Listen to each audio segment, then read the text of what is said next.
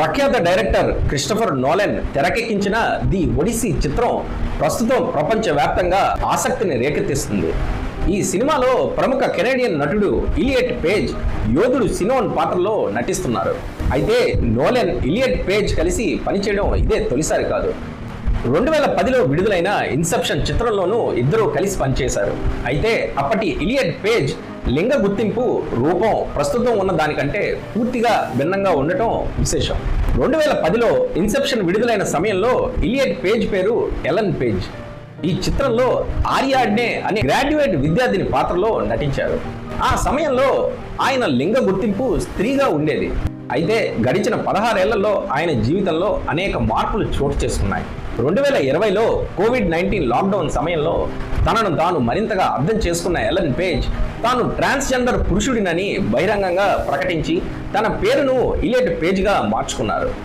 పురుషుడిగా గుర్తింపు పొందిన తర్వాత ఇలియట్ పేజ్ టాప్ సర్జరీ చేయించుకున్నారు. ఆ మార్పు తర్వాతే జీవితంలో తొలిసారిగా తన శరీరంలో పూర్తి సౌకర్యం, స్వేచ్ఛ అనుభూతి కలిగిందని తెలిపారు. ఓప్రా విన్ఫ్రే టాక్ షోలో ఈ విషయాన్ని గుర్తు చేసుకుంటూ భావోద్వేగానికి లోనయ్యారు.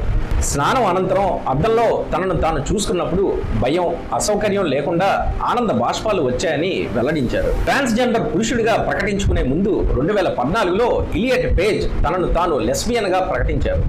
సమాజంలో ట్రాన్స్జెండర్లపై వచ్చే విమర్శలు, అపోహలు చూసిన తర్వాతే తన అసలు గుర్తింపును ప్రపంచానికి వెల్లడించే ధైర్యం వచ్చిందని చెప్పారు. LGBTQ సమాజం హక్కులు, మానసిక ఆరోగ్యంపై నిరంతరం గలం విప్పుతున్న ఇలియట్ పేజ్ తన జీవిత ప్రయాణం, లింగ మార్పిడి అనుభవాలు, హాలీవుడ్ కెరీర్ను వివరిస్తూ పేజ్ బాయ్ పేరుతో ఆత్మకథను కూడా రచించారు. వ్యక్తిగత జీవితంలో 2018లో కొరియోగ్రాఫర్ ఎమ్మా పోర్ట్నర్ను వివాహం చేసుకున్న ఇలియట్ పేజ్ మనస్పర్ధల కారణంగా 2021లో విడాకులు తీసుకున్నారు. అయినప్పటికీ ఇద్దరూ ఇప్పటికీ మంచి స్నేహితులుగానే కొనసాగుతున్నారు. కేవలం 10 ఏళ్ల వయసులోనే నటన ప్రారంభించిన Elliot page Juno, Inception, X-Men series, hard candy వంటి చిత్రాలతో హాలీవుడ్లో ప్రత్యేక గుర్తింపును సంపాదించుకున్నారు. ఇటువంటి వీడియోలను మరిన్ని చూడాలనుకుంటే BRN న్యూస్ని ఖచ్చితంగా సబ్స్క్రైబ్ చేయండి.